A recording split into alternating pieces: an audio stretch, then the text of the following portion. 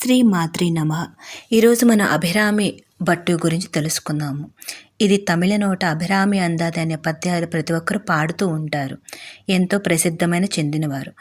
అభిరామి భట్టు చేసిన అద్భుతం అమావాస్య రోజున పౌర్ణమి చంద్రుడిగా అభిరామి భట్ అనే గొప్ప భక్తుడు అసలు ఎలా మార్చారో తెలుసుకుందాం. తిరుక్కడయూరు క్షేత్రంలో ఉండేవారు అభిరామి భట్టు. ఆయన అమ్మవారి సన్నిధిలో ఉండి అమ్మవారి ముఖాన్ని చూస్తూ అమ్మవారి ధ్యానంలో మునిగిపోయి కళ్ళు మూసుకొని ఆ ధ్యానంలో ఉన్నప్పుడు అక్కడికి తంజావూరు రాజు అయిన సంభోజీ మహారాజు ఆలయాన్ని సందర్శించడానికి వచ్చారు. అందరూ ఆ రాజును చూసి లేచి నిలబడ్డారు. కానీ అభిరామి భట్టు మాత్రం నిలబడలేదు. ఆయన ఆ రాజు వచ్చిన విషయం కూడా తెలియదు. అమ్మవారి ముఖాన్ని ధ్యానం చేస్తూ ఆ అమ్మవారి తన్మయత్తులో మునిగిపోయి ఉన్నారు. పక్కవారంతా కూడా ఈయన మహారాజా ఈయన పిచ్చివాడు, ఉన్మాది, క్షమించని అన్నారు. రాజు దేవాలయంలోనికి వెళ్ళారు. అమ్మవారిని దర్శించుకొని తిరిగి వస్తూ ఇతని మొహం చాలా వెలిగిపోతూ ఉంది కదా, ఇతను ఎలా పిచ్చివాడు అవుతాడు, మేలుకొలపండి అని చెప్పారు. ఆయన్ని తట్టి మేలుకొలిపారు. కళ్ళు తెరిచారు. ఈరోజు ఏమి రోజు అన్నారు.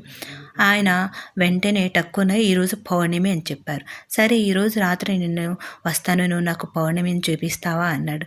తప్పకుండా చూయిస్తానని చెప్పేసి ఆయన మళ్ళీ ధ్యానంలోకి వెళ్ళిపోయారు.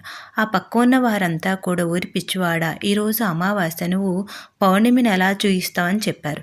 అభిరామి భట్ అమ్మవారి మొహాన్ని వైపు చూసి చిరునవ్వు నవ్వుతూ, అన్నిటికీ ఆ జగన్మాత తల్లి ఉంది, నా నోట ఈ పదం పలకిచ్చింది, ఆ అమ్మవారే ఉన్నారని చెప్పేసి ధ్యానంలోకి వెళ్ళిపోయారు. రాజు సాయంత్రానికి ఆ అమ్మవారి గుడికి వచ్చారు. ఏది, నాకు ఈరోజు పౌర్ణమి చూస్తాననగా చూపెట్టన్నారు. అభిరామి భట్టు తను ఆ అమ్మవారిని తలుచుకుంటూ పద్యాలను పాడడం ప్రారంభించారు. ఆయన 79వ పద్యం పాడుతూ ఉండగా అందరూ చూస్తుండగా అమ్మవారు తన చెవి తాటంకాన్ని తీసి ఆ అమావాస్య నాటి చంద్రుడి వైపు విసిరింది. సో ఆ అమావాస్య నాటి చంద్రుడు పౌర్ణమి నాటి చంద్రుడిలాగా వెలిగిపోతూ ఉంది. ఆ ప్రజలంతా ఆశ్చర్యపోయి అభిరామి భట్టు కాళ్ళపై పడి క్షమాపణలు కోరుకున్నారు. ఇది అమ్మ మహిమ. అమ్మ ముఖము కోటి చంద్రుల కాంతితో వెలుగుతూ ఉంటుంది. అదే ధ్యానం చేయడం అందరికీ అంత సాధ్యం కాదు. అందుకే అమ్మవారి చిరునవ్వు ధ్యానం చేయాలి అంటారు.